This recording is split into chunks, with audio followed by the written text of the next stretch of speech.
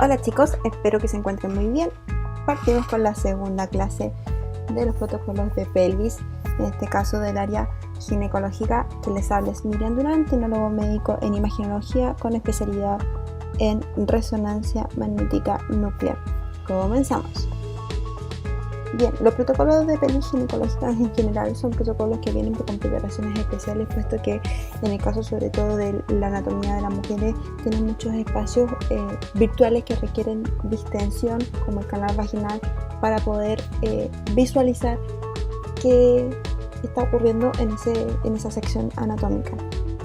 Así que por ende, la gran mayoría de los protocolos que abordan útero o lesiones de útero o lesiones de cervix o lesiones del canal vaginales tienen que venir incorporado de una preparación de gel intravaginal.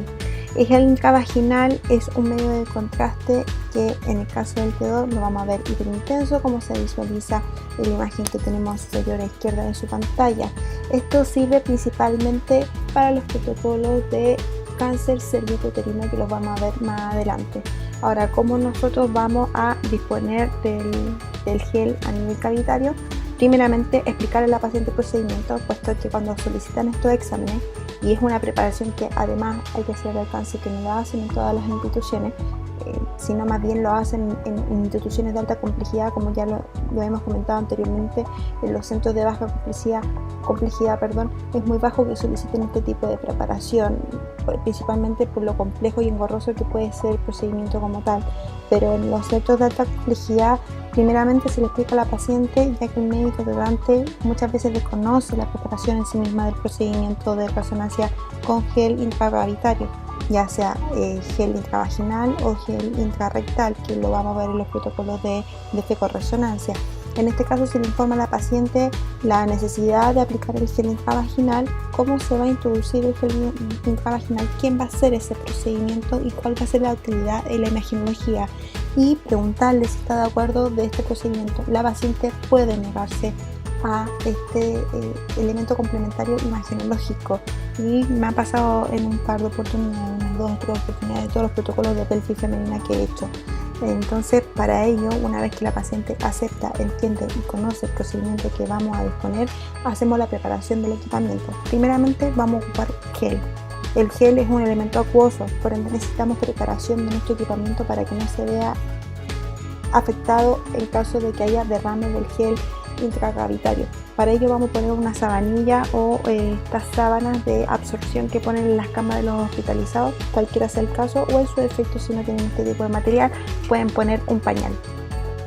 Idealmente a la paciente se le tiene que pedir que traiga protector diario o una toalla higiénica, puesto que después del procedimiento el gel no sale completamente, a pesar de que la paciente en primera instancia va a intentar sacarse la mayor cantidad de gel, sino que durante el mismo día del procedimiento la paciente va a ir botando de a poco, como muy similar a al proceso de la menstruación. Por ende necesita protegerse por medio de un protector diario o una toalla higiénica.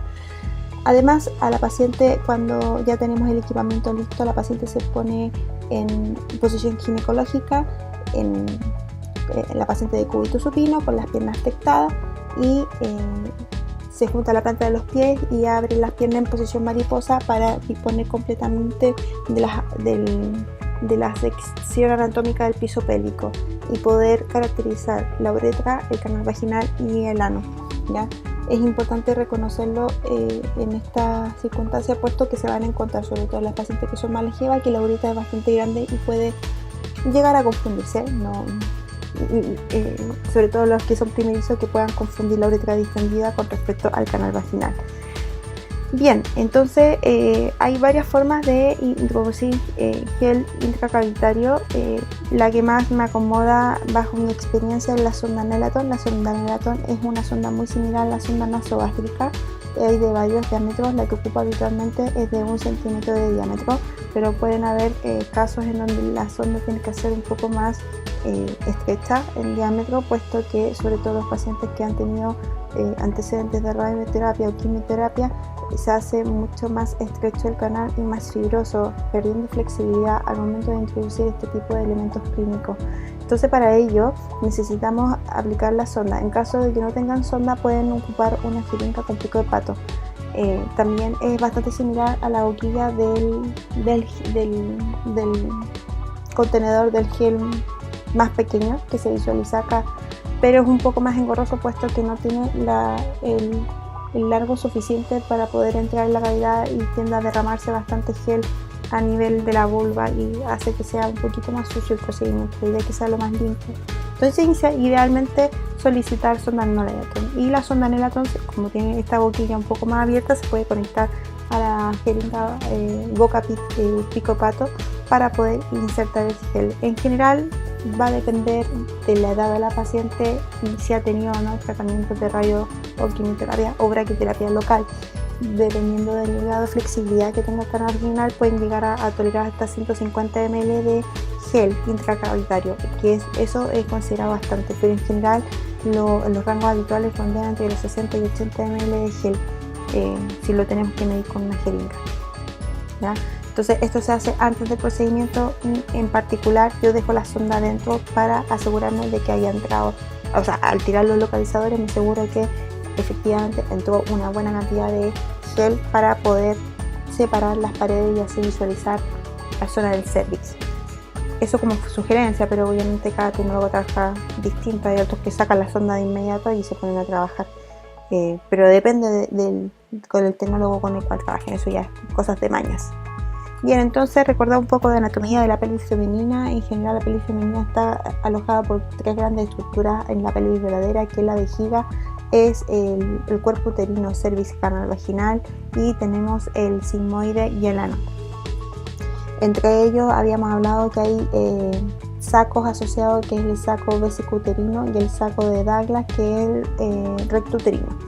Y que habíamos comentado también que estos sacos son importantes principalmente en los procesos patológicos, pues muchas veces estos generan exceso de agua o ascitis local, que estos cúmulos líquidos se van a alojar en estos sacos virtuales, porque en condiciones normales estos sacos tienden a colapsar.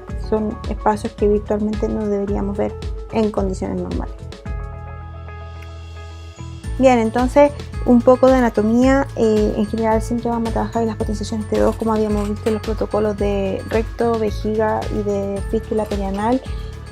Recordar también de que tenemos elementos acuosos como el contenido vesical, y también vamos a tener tejidos de baja señal, principalmente por la disposición de capas que tienen estas estructuras, que son cavitadas principalmente, sobre todo el área genital femenina, que es el útero, que en sí mismo es una masa muscular, y el recto, que parten con capa serosa, mucosa y submucosa respectivamente, ¿cierto? Entonces en general son bajas señales que, a excepción del recto, ahí podemos ver levemente un aumento de señal respecto al tejido de la capa adyacente.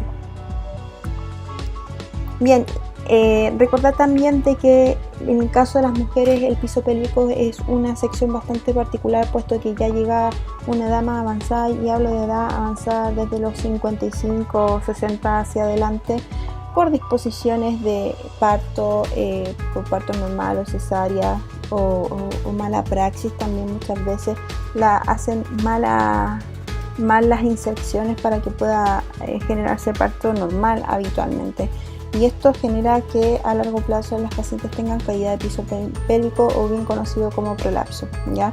El prolapso es una de las patologías de mayor frecuencia en complicaciones pelvianas de largo plazo y que se estudian bajo defeco-resonancia. Si bien es importante conocerlo, pues muchas veces nos vamos a encontrar que en condiciones normales las pacientes van a tener un descenso no solamente del piso pélvico, sino que además este descenso se va a venir acompañado de los órganos, ya sea genitourinario o gastrointestinales como tal, ¿ya? En el caso de condiciones más críticas, ¿ya? Pero indistintamente de los cuadros que se puedan dar, es importante conocer cuáles son los músculos que son parte del complejo del piso pélvico, que está el pubo coccigio, el hilo coccigio y el pubo rectal. Estas tres grandes estructuras musculares son las que le dan sostén al alojamiento de lo que se considera como pelvis verdadera. Ahora, Una de las estructuras que está más estudiada en los protocolos de pelvis femenina es el útero, el cervix y la vagina, principalmente el cervix. Así que hay que considerar que una de las patologías de mayor prevalencia que solicita estos protocolos bajo resonancia magnética son las neoplasias primarias locales, ¿ya? Es muy raro solicitar por infecciones locales o por otras condiciones distintas. La segunda causa por las cuales podrían solicitar resonancia de pelvis es para estudios de variantes anatómicas o anomalías de crecimiento o malformaciones en el crecimiento embrionario, que en estos casos los vamos a ver en particular que no requieren uso de medio de contacto porque solo están estudiando morfología de la estructura local, ¿ya? Pero yo creo que el 80-85% de los casos, por lo menos bajo mi experiencia, han solicitado estos estudios bajo resonancia pélvica para caracterizar morfológicamente y dinámicamente la presencia de lesiones primarias. Bien, entonces hay que considerar también la disposición anatómica en condiciones normales y lo más habitual, porque el útero es una estructura que está alojada sobre la vejiga y que se considera en anteversión, pero muchas veces nos vamos a encontrar, muchas veces hablo que hay un cierto grado de incidencia que se puede encontrar este útero en retroversión, o sea, con el útero con su curvatura hacia atrás, alojada hacia la zona del recto y no alojada, que es lo que se considera normal, sobre el techo de la vejiga. Entonces, considerando esta premisa que está en la anteroversión, vamos a tener tres ejes que son importantes dependiendo de la estructura anatómica que nosotros vamos a estudiar. Una de ellas es el cuerpo uterino o el eje largo del cuerpo uterino, que vamos a intentar seguir el eje largo del endometrio. Si nosotros vamos a estudiar cervix, aquí ya tenemos que hacer un grado de inclinación porque el cervix genera una curvatura que va a disponer el punto de inflexión de angulación entre el cuerpo uterino y el canal vaginal. Entonces genera un grado de oblicuidad hacia inferior para poder predisponerse del cuello uterino. Y nos vamos a centrar solamente en esta pequeña estructura que se denomina cuello o cervix. Y si por alguna razón hay lesiones alojadas en el canal vaginal, nuestros cortes van a ir alojados al eje largo del canal vaginal y tratando de abarcar también la zona de la vulva. Bien, entonces los protocolos para en el caso para el estudio de útero, sí o sí va en la misma disposición que el resto de los otros protocolos que hemos visto. También va la aplicación de la escopolamina o la buscapina, y además en el caso de útero, principalmente para lesiones primarias uterinas, vamos a ocupar gel intracavitario, ¿sí? La preparación ya la expliqué anteriormente. Bien, en general el útero es una estructura altamente asociada a tejido muscular y con un contenido mucoso de gran relevancia. Por ende, la potenciación que sí o sí vamos a ocupar va a ser el T2 con secuencia de base turboestinéco, tanto en el plano sagital, que es el plano de preponderación de caracterización anatómica del útero, como en los ejes largos y los ejes cortos, que también genera correlación con los estudios que hacen bajo ecografía, ¿ya? El útero es una estructura que en condiciones normales o sin antecedentes de embarazo previo es una estructura relativamente pequeña. Por ende necesitamos grosores de corte bastante pequeños y con un gap que no supere más allá del 10% del grosor de corte que nosotros vamos a ampliar.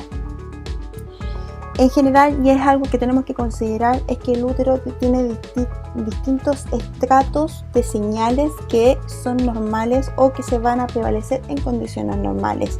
Así que es importante mencionar de adentro hacia afuera que nosotros vamos a tener el endometrio, la zona de la injuria, la zona de conjunción, el miometrio y la capa serosa después en su parte más externa. Entonces, dentro de la parte más interna tenemos el endometrio. El endometrio en condiciones normales debería ser igual o inferior a 10 milímetros como máximo, ¿ya?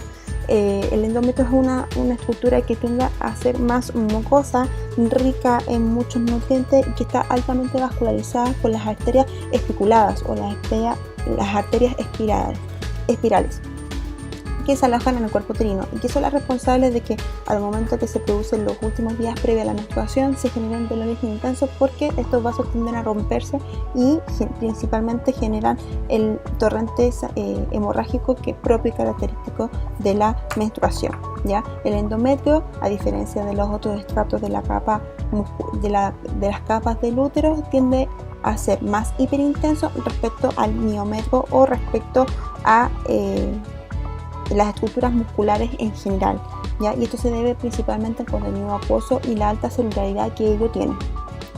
La zona más periférica, que es la que estoy demostrando, la que indica la flecha, es el miometrio. El miometrio es una estructura altamente muscular con una trama muscular bastante flexible, así que en general nos vamos a encontrar que este engrosamiento muscular no debería superar los 12 milímetros en condiciones normales, y en general tiende a ser más hipointenso respecto a la grasa local o más hipointenso respecto al endometrio. Esta estructura tiene en condiciones normales esta heterogeneidad que se ven como un aspecto rasgueado o un aspecto moteado, que es propio y característico de la flexibilidad de los músculos cuando están en esta predisposición de estar listos para un crecimiento expansivo. Y tenemos una zona de intercomunicación entre el endometrio y el miometrio, que es la llamada zona de unión o el miometrio interno. Ya, en este caso el miometrio interno es una estructura que es un poquito más fibrosa, que es un poquito más rígida a nivel muscular, que en condiciones normales vamos a ver lo que es un halo que es más hipointenso y que va a estar acompañada desde el origen del cervix y que va a estar alojada en todo el fondo del cuerpo uterino. Esta señal, como les decía, es más hipointensa con respecto a la señal de miometrio, que es una señal levemente heterogénea tendiendo al lado estriado, ¿ya? Y el ancho, no hay caracterizaciones bibliográficas determinadas, pero puede ser variable.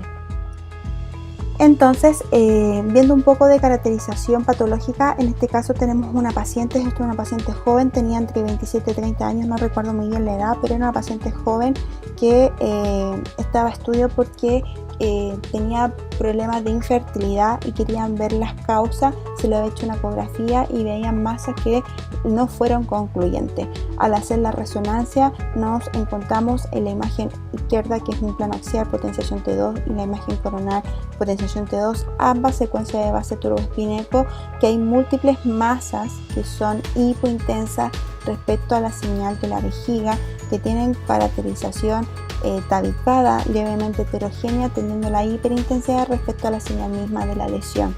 Estas masas se sitúan de manera compacta, con bordes definidos, de carácter relativamente circulares, y que no hay engrosamiento ni caída o subida de las señales de los tabiques periféricos.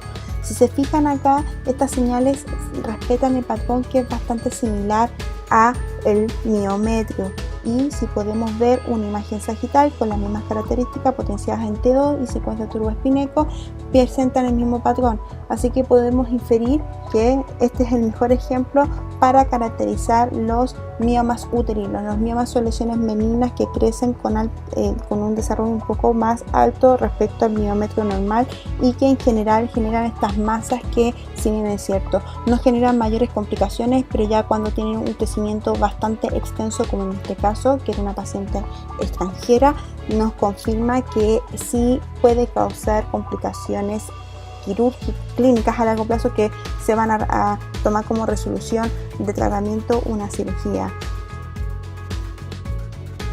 En este caso tenemos una paciente también femenina. Acá tenemos un plano axial, plano sagital, potenciación T2, secuencia de base turboespineco.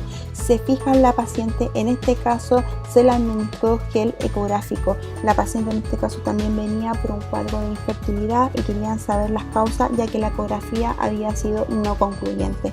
En este caso vemos una masa que es más hiperintensa. La señal ecográfica tiende a ser mucho más alta que la señal de la vejiga, y tenemos estas múltiples masas que tienden a comportarse como unos quistes, que son de bordes bastante definidos, circulares, con un alto refuerzo en la tabiquería periférica, y que su contenido tiende a ser homogéneo. En general, en todas las lesiones que estamos viendo en el plano sagital, uno pudiese asumir con solamente ver esa imagen que pudiesen ser quistes, pero hay que indagar en los otros planos que vamos a ver.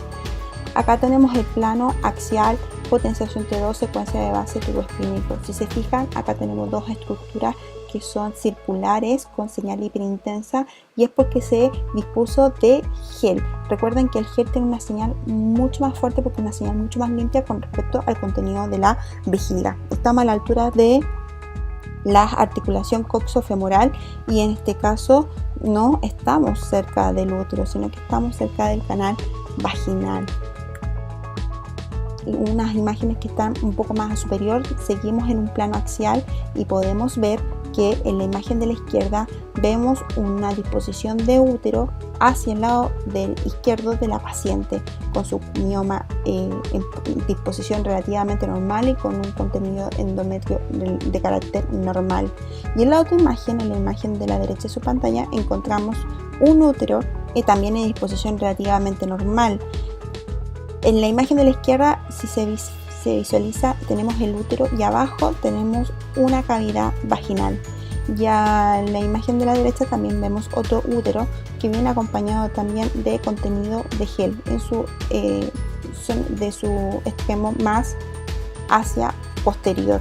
Alcanzamos a ver principalmente en la imagen de la izquierda de su pantalla un ovario que se encuentra poliquístico, pero estas lesiones poliquísticas tienden a ser más pequeñas. No hay alteración de la grasa local y sí podemos ver algunas adenopatías, que son estos pequeños puntitos que están levemente aumentadas de tamaño. Y tenemos las imágenes coronales del mismo caso. Si se fijan, acá la disposición del canal vaginal es doble. En este caso la paciente tenía un útero bidelfo. El útero bidelfo es cuando hay un crecimiento de cuerpos uterinos y de cavidades uterinas de manera separada.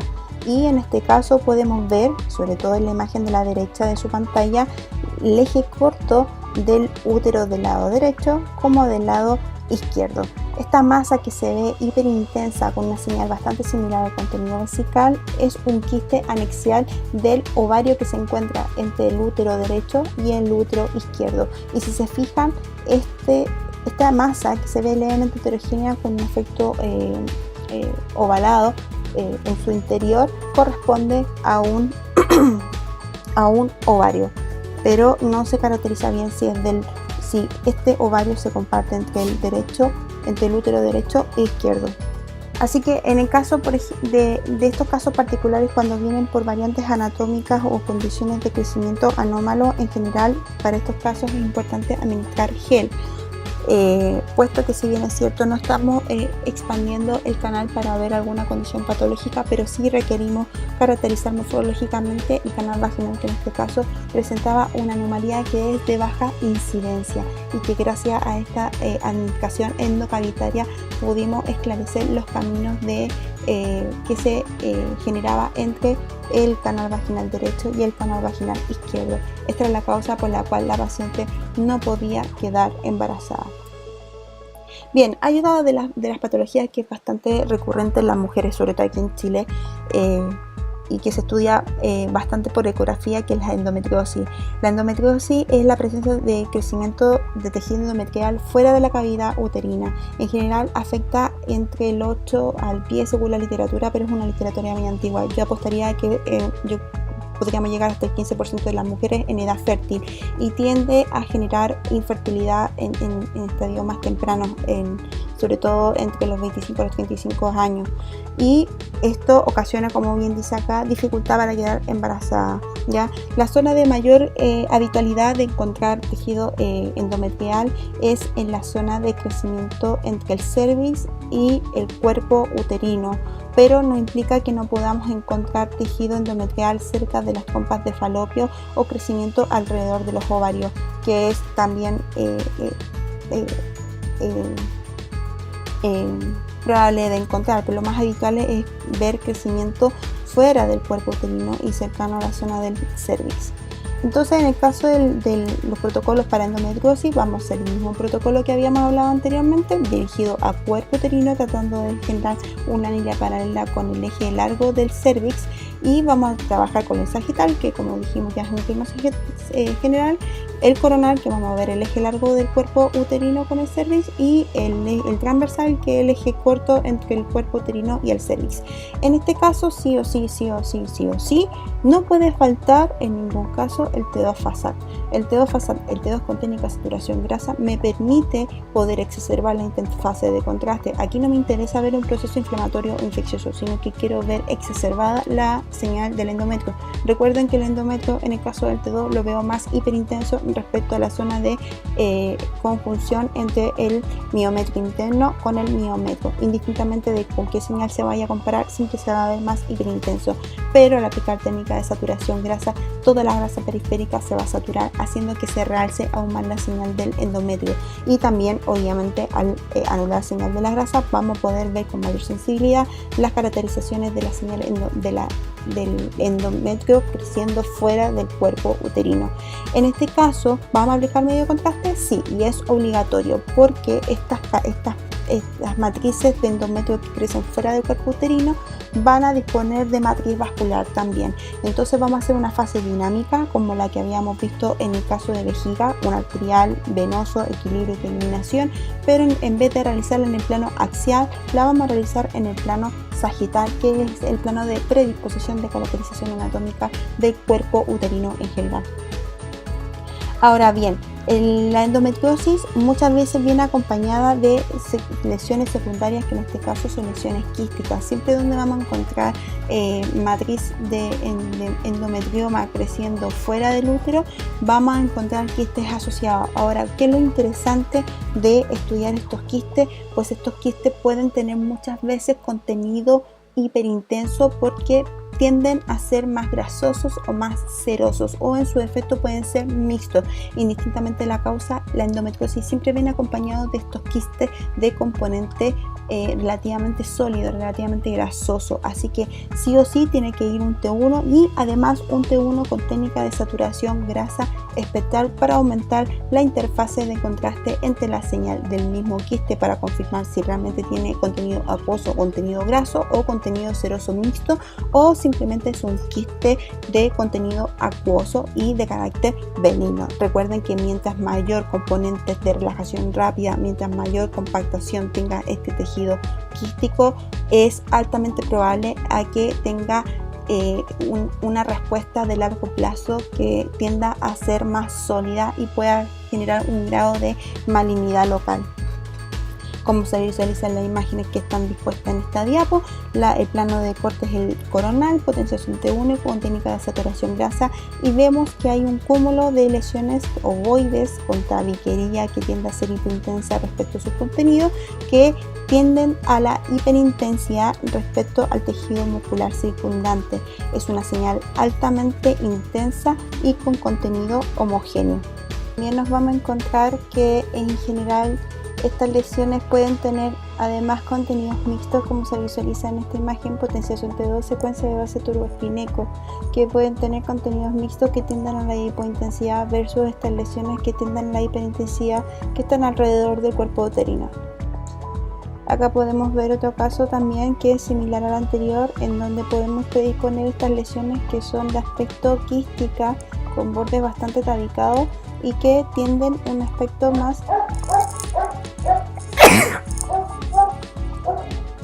más hipointenso, con levemente aumento de la señal, crecimiento de endometrioma alrededor del cuerpo uterino, y también tenemos estos quistes que son de aspecto grasoso. ¡Simón! ¡Simón! Bien, más de lo mismo, no voy a andar más, está bastante claro la predisposición. Y acá tenemos una imagen que tiene técnica de saturación grasa potenciada en T1, que no se aplicó medio de contraste, versus la misma imagen que está en la imagen derecha de su pantalla, que sí tiene adquisición de medio de contraste. ¿Cómo podemos saber eso? Porque el cuerpo uterino tuvo una captura importante de señal y tiende a la hiperintensidad, versus esta imagen máscara que no tiene uso de medio de contraste. Si se visualiza acá la lesión que es de carácter grasoso o altamente serosa, tiene una señal mucho más exacerbada, y tras la administración del medio contraste esta señal decae, pero es porque las interfaces de los contrastes de los tejidos adyacentes hacen que esta señal, que en la máscara al no tener esta sustancia se exacerbó, acá se trata de mimetizar, se mimetiza la señal, ¿ya? Importante que en general estos quistes que tienen este contenido graso seroso tienden a realzar la tabiquería que los acoge, y muchas veces no muchas veces, rara vez podemos ver que puede haber crecimiento de endometrioma, que es el crecimiento de tejido endometrial dentro de la cavidad vesical. O sea, nos podemos predisponer alrededor del útero, cerca de los ovarios, en las trompas de falopio, y muchas veces crecimiento dentro de estructuras internas, o sea, que hacen invasión. Esta tiene una clasificación, y esta clasificación también se da de una manera bastante similar cuando hay implantación de placenta en otras estructuras. Cuando veamos los protocolos de placenta y los protocolos de fetal, lo vamos a ver y se van a acordar de la endometriosis como tal. Y además se confirma que estos son tejidos de endometrio, puesto que responden también a la presencia de estos quistes que son grasos serosos.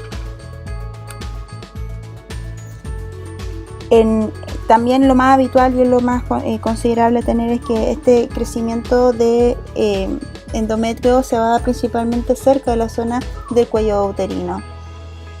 Y más de lo mismo, ya está bastante claro bajo mi parecer. Más de lo mismo. Bien. Respecto a la pelvis masculina, vamos a ver que las estructuras anatómicas tienden a ser distintas en los hombres y las mujeres. En el caso de los hombres tenemos una disposición anatómica genitourinaria distinta, puesto que bajo la vejiga nos vamos a encontrar con la próstata, que es la glándula crucial de estudio, principalmente bajo resonancia magnética, con sus respectivas glándulas seminales, y a través de ella pasa la uretra, que va a estar conectada desde la vejiga hasta el glande del pene, ¿cierto? Esta línea de la uretra, que tiende a ser más larga, los protege en general de infecciones urinarias. Muy raro que un hombre tenga infecciones urinarias, pero al ser tan larga también está propensa a que pueda generar lesiones que pueden conllevar a una oclusión parcial o total de este conducto. Así que lo vamos a ver con detalle en cada uno de ellos. En general, vamos a partir con la próstata, que en general es un órgano que tiende a analizarse principalmente con estudios de laboratorio y con clínica de tacto. Es un poco desagradable ya los hombres en una edad avanzada, ya hablo de edad avanzada entre comillas, entre los 45 y 50 años, que ya tienen que empezar a realizarse la próstata. La clínica para el estudio de próstata tiene que ver con el tacto rectal, que es obviamente algo bastante desagradable para los hombres, pero para evitarse ese proceso, muchas veces el clínico, ante la negación, puede solicitar la resonancia de próstata para ver estudio morfológico, ¿cierto? Pero si bien es cierto, a pesar de que el tacto rectal es lo más barato, no tiene una sensibilidad tan alta como el estudio morfológico bajo resonancia magnética. Bien, entonces considera que la próstata también es una glándula de importancia en el caso del hombre. Está altamente vascularizada, por lo que está también susceptible a que genere diseminación principalmente a través de la trama vascular y linfática, ¿cierto? Entonces es ahí cuando ya empiezan a liberar unos receptores que son los agentes antígenos prostáticos, que se pueden medir a través de la sangre, y es por eso que desde cierta edad, si mal no recuerdo, el MinSal ya está hablando de los pacientes igual o superior a 45 años que se hagan evaluaciones de laboratorio de estudio de PSA. Ahora, la próstata se divide en varias secciones. Esto no es pega de nosotros, insisto, esto es pega del radiólogo. Está dividida en 3 grandes secciones: en la zona central, en la zona de transición y en la zona periférica. ¿cuál es la importancia que nosotros tenemos que considerar en la zona de transición? Tal cual como en útero, que tenemos la zona del cervix al cuerpo uterino, que también es una zona de transición en celularidad. Hablando de celularidad, también podemos visualizar que esta zona es una zona vulnerable celularmente para que se alojen principalmente en lesiones neoplásicas o en su defecto cuando hay hito, repetición, abscesos locales. Ahora, en general hay que también considerar que previo al examen nosotros tenemos que tener el antígeno prostático del paciente. Es un dato relevante y sustancial para el médico radiólogo, puesto que dependiendo del rango del antígeno prostático va a tener cierta correlación con el grado de crecimiento y el grado de malignidad que tenga la lesión, dependiendo en qué estadio se encuentre, si es que no se le han hecho otros estudios previos al paciente. Así que una buena anamnesis y la solicitud de los exámenes previos, ya sean de imagen o de laboratorio, son cruciales para caracterizar una lesión primaria prostática. Ahora, en su momento también se hizo o se hace, ecografía transrectal con recepción de biopsia prostática, que es en caso cuando ya se confirma una lesión neoplásica primaria y se quiere caracterizar histológicamente esta lesión, ¿ya?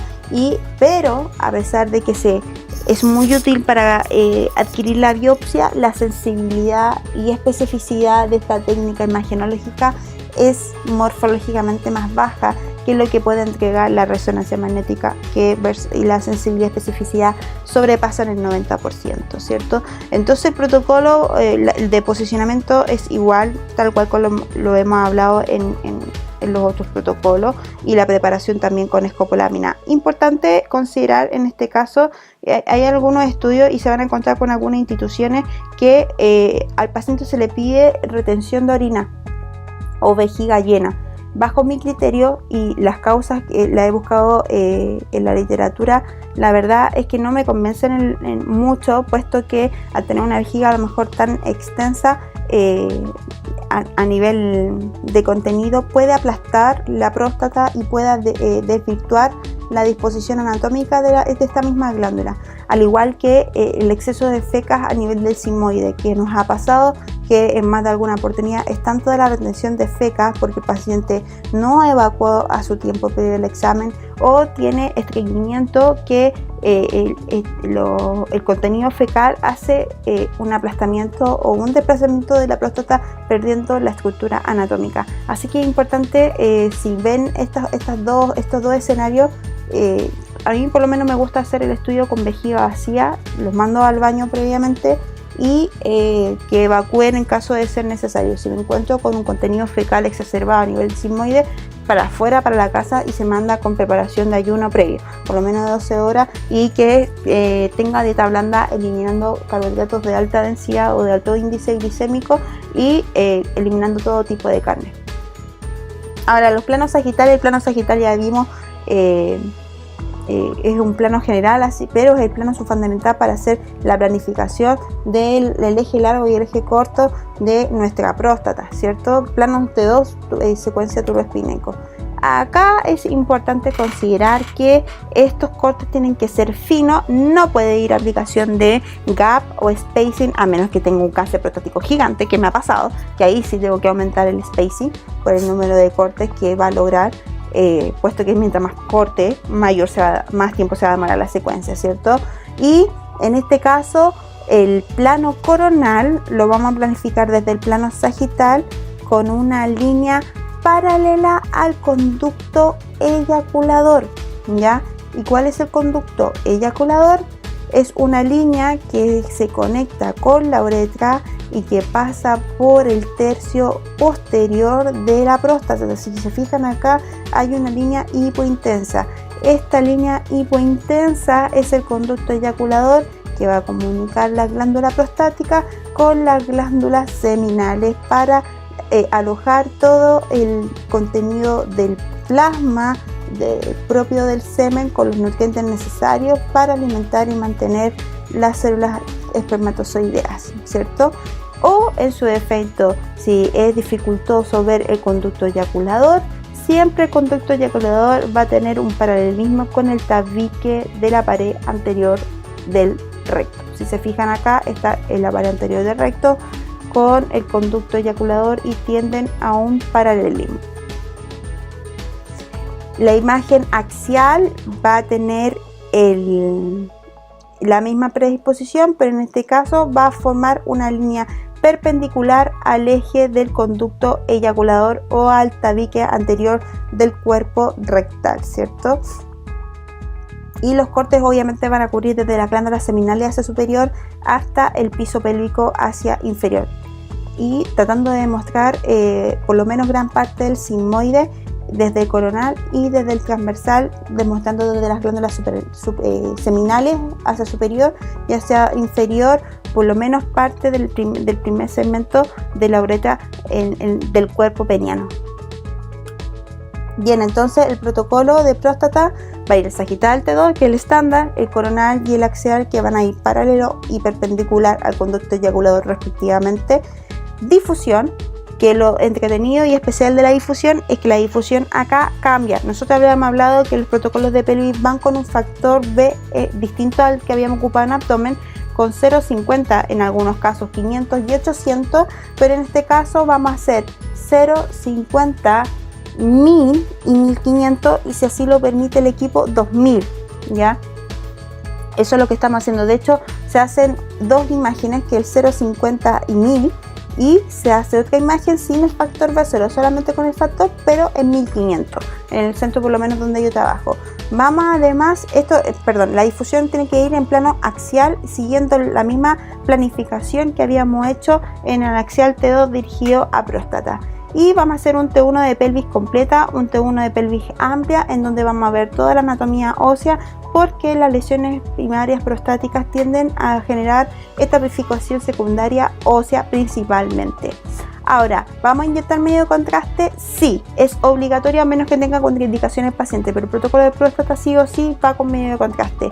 En este caso no vamos a hacer ni fase dinámica ni inyección estándar, sino que vamos a hacer una perfusión.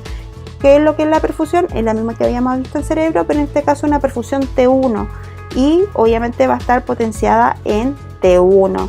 Tiene un tiempo o una caracterización temporal bastante alta, por lo menos hace que los tiempos por cada volumen tiendan a ser entre los 8 y los 10 segundos, debido a la alta vascularización que tiene esta misma glándula. Entonces nosotros vamos a tener una alta resolución temporal de estas imágenes, son volúmenes bastante amplios y se va viendo en tiempo real la llegada, la impregnación del medio de contraste y la salida de este. La perfusión sí o sí tiene que ir con técnica de saturación grasa espectral. Acá tenemos más de lo mismo, glándulas seminales. No me gusta mucho esta imagen.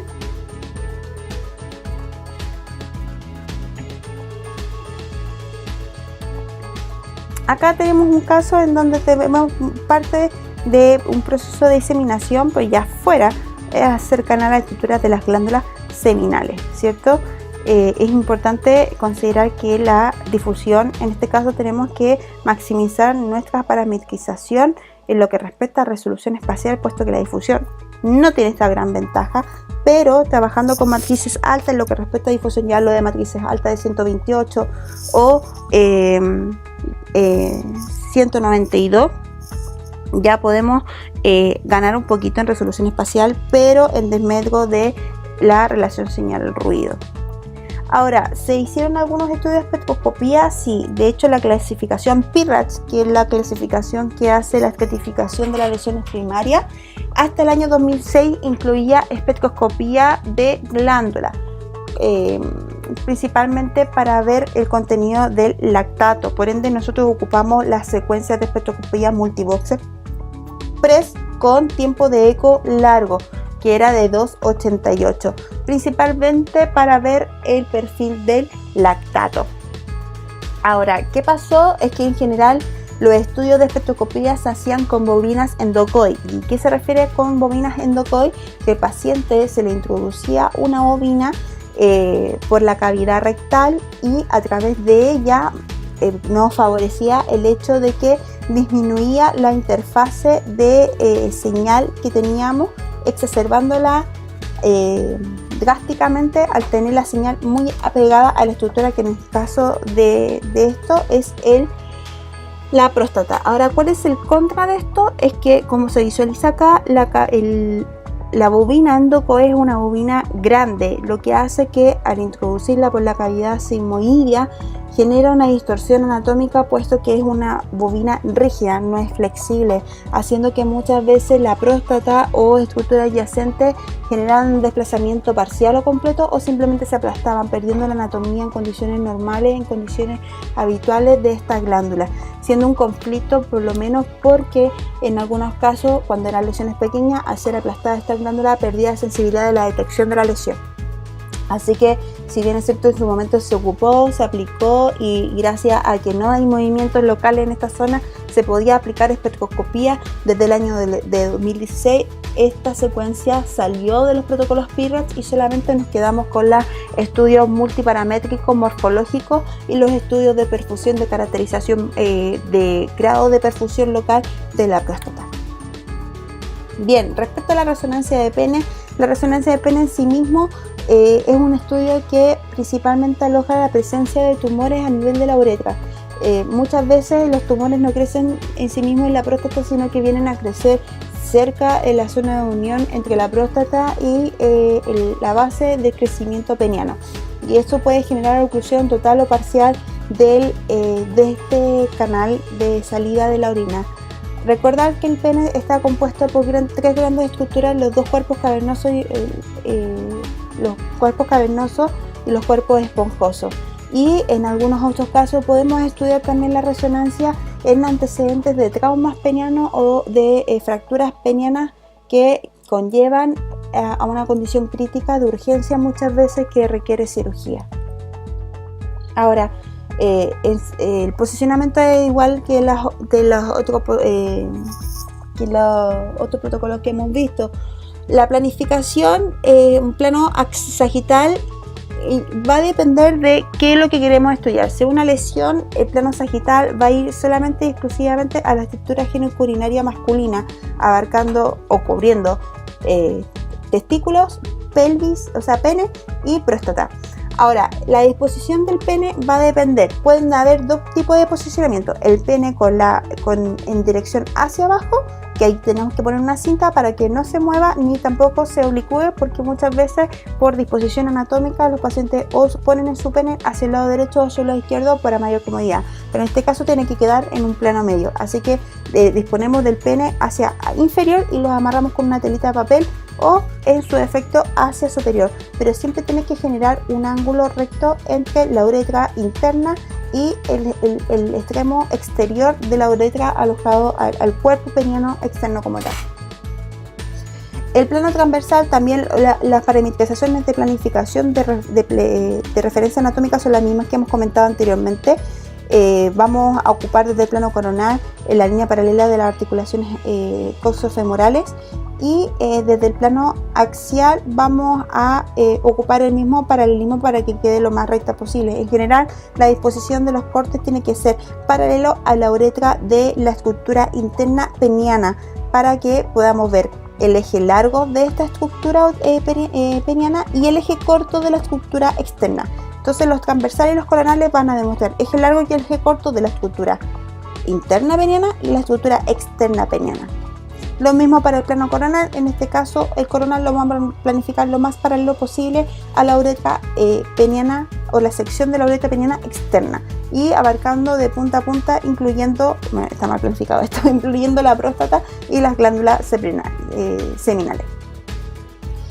Así que el protocolo va a ser un sagital coronal axial, turboespineco, técnica de saturación grasa en potencias en T2, para ver muchas veces procesos inflamatorios infecciosos o caracterización tumoral o traumas, ¿ya? Esto no siempre va, esto es opcional, va a depender del diagnóstico diferencial que tenga el paciente. El T1 amplio, porque muchas veces si es un tumor necesitamos ver evaluación metastásica local, y hacemos un dinámico en fases con técnica de saturación grasa.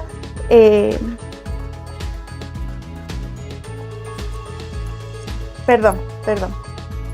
Vamos a hacer el número 4 está mal escrito, por favor omítanlo. Ya no lo puedo modificar porque estoy grabando. pero es un estándar. Hacemos una fase máscara sin contraste en el plano en que ustedes estimen que requiera mayor representación de la lesión o de la condición, del trauma, lo que sea, y después hacemos una fase contrastada estándar en los 3 planos. Acá en general queremos demostrar que el estudio de pene es un estudio que requiere alta resolución. En este caso en particular estamos viendo los cuerpos cavernosos y estamos en una potenciación. En la imagen de la izquierda de su pantalla es un T1 y en la imagen de la derecha es un T2. Si se visualiza en la imagen del T2 tenemos una señal que genera un cambio abrupto entre el extremo interno y el extremo externo, versus en el T1 que se ve hiper intenso y genera una señal abrupta en la continuidad. Acá estamos hablando de si estamos hiper intenso en el T1 y justo estamos en los cuerpos cavernosos, que lo que más irrigan es sangre. Estamos viendo un trauma peniano en donde hay coágulos acumulados en la zona cavernomatosa. Es una anatomía desde el eje corto del pene, donde demuestra los cuerpos cavernosos y el cuerpo esponjoso. Más de lo mismo, traumatismo, como le decía anteriormente. En este caso estamos viendo el pene hacia superior, estamos viendo los cuerpos cavernosos y en este caso se generó una fístula por exceso de compresión, de este caso de un coágulo. Hay un hematoma local acompañado de contenido hemorrágico y contenido inflamatorio. Si se fijan acá, como tenemos un T2 con técnica de saturación grasa, podemos exacerbar las distintas estratos de señales de sensibilidad pequeña, como en este caso contenido hemorrágico con contenido solo inflamatorio, y podemos ver un proceso inflamatorio local y acompañado de esta cápsula que es el hematoma, que probablemente ya tenga un estadio un poco avanzado, ¿ya? También podemos ver fístulas o roturas parciales de la túnica albúmina que conforman los cuerpos cavernosos con un tejido fibroso. Más de lo mismo, acá estamos potenciados en T1 y esta es una potenciación en T2. Si se fijan, es en el T1 donde acusa principalmente en contenido hemorrágico, principalmente de origen reciente, versus el T2 que también puede predisponer de tejido acuoso. Donde va a haber hemorragia siempre va a haber contenido acuoso.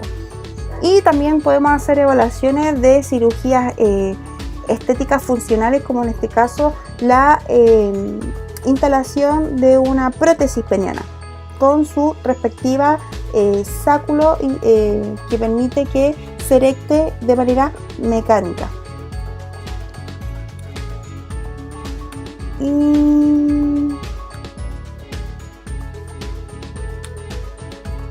Acá es un caso interesante porque tenemos un T1 con técnica de saturación grasa, que es lo que demuestran las imágenes anteriores, pero es un tumor de cuerpo peniano completo. Literalmente este tumor está haciendo un proceso invasivo completo del cuerpo peniano como tal. Y eso, chicos, no voy a andar más.